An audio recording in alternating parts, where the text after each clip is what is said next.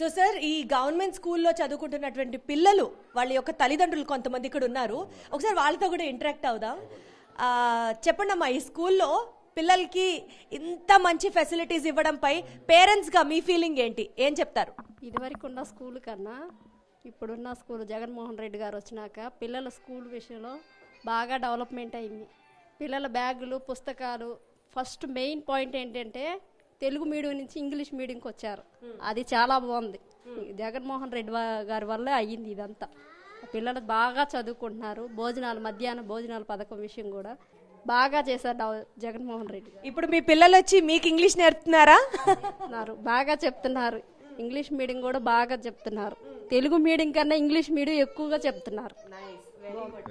So మీరు చెప్పండి, మీరు చదువుకున్నప్పుడు స్కూల్స్ ఎలా ఉన్నాయి, ఇప్పుడు ఎలా ఉంది స్కూల్? మేము చదువుకునేటప్పుడు అయితే నీట్నెస్ కానీ అలా స్టడీ పరంగా కానీ ఏమీ బాగాలేదు. ఇప్పుడైతే మాత్రం నెంబర్ 1గా ఉంది. మా పిల్లలు మాత్రం ఇక్కడే చదువుకుంటాం, ప్రైవేట్ స్కూల్కి కానీ అక్కడికి వెళ్ళమని చెప్పేసి. ఓహో, వాళ్ళు కూడా వెళ్ళమని చెప్తున్నారా? ఇంకా వాళ్ళ ఇష్ట ప్రకారం ఇక్కడే గవర్నమెంట్ స్కూల్లోనే వేయాలనుకున్నాము. కానీ నాకు ఒక డౌట్, గవర్నమెంట్ స్కూల్ అంటే ఇక్కడ చదువు సరిగ్గా చెప్పరు, ఇక్కడ క్లాసులు సరిగ్గా జరగవు, టీచర్లు సరిగ్గా ఉండరు అని ఏదో ఒక మిస్కన్సెప్షన్ ఉండేది. సో ఇప్పుడు అలాంటివి ఏమన్నా ఉన్నాయా?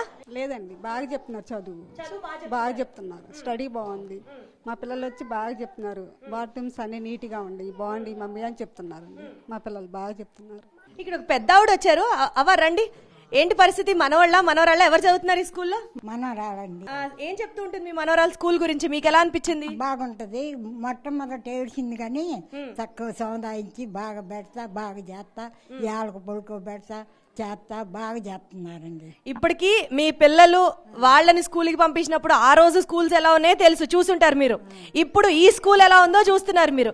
ఏంటంటారు తేడా? ఈ స్కూలే బాగుంది. ఈ స్కూలే బాగుందా? ఏం బాగుంది ఈ స్కూల్లో? చక్కగా మన తల్లిదండ్రులు చేసినట్టు చేస్తున్నారు. ఏం నచ్చింది మీకు బాగా? ఏం నచ్చిందంటే పిల్లలను బయటికి బానీయకుండా చక్కగా టయానికి పెట్టడం, టయానికి ఇటు. ఇక్కడ భోజనం పెడతారు తెలుసా మీకు? రోజుకు ఒక ఐటెం చక్కగా పెడతారమ్మా. ఎప్పుడన్నా చెప్పిందా మీ మనవరాలు దాని గురించి? తింటదమ్మా, తింటది, వచ్చుద్ది టయానికి. కాసేపు ఏడ్చినా కూడా మళ్ళీ సముదాయించి మన తల్లిదండ్రులు ఎట్ట చేస్తారు అట్ట చేస్తారు.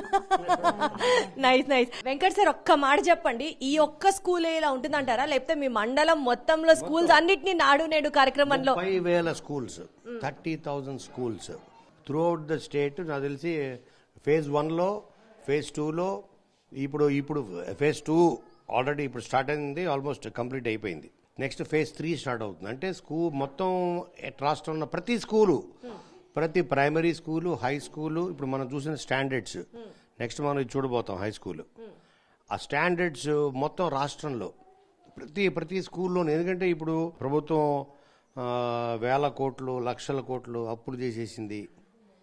మన రాష్ట్రం ఇంకోటి అదే అయిపోతుంది, ఇదే అయిపోతుంది, శ్రీలంక అయిపోతుంది, వెనిజులా అయిపోతుంది అన్ని మాటలు మాట్లాడారు. అప్పు ఎందుకు చేసిన మీకు అర్థమైందా? వీటి కోసం ఎంత అప్పు చేసినా తప్పు లేదు సార్. విద్య కోసం, వాళ్ళ భవిష్యత్తు కోసం చేసింది కదా. ఇప్పుడు మనం కళ్ళము చూస్తున్నాం. ఇదే ఒక మండలంలో నేను మీకు చెప్పే కదా, 17 schools.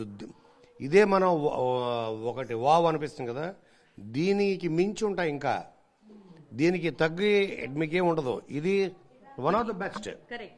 So this is an extraordinary. And we have to say hats off to the government.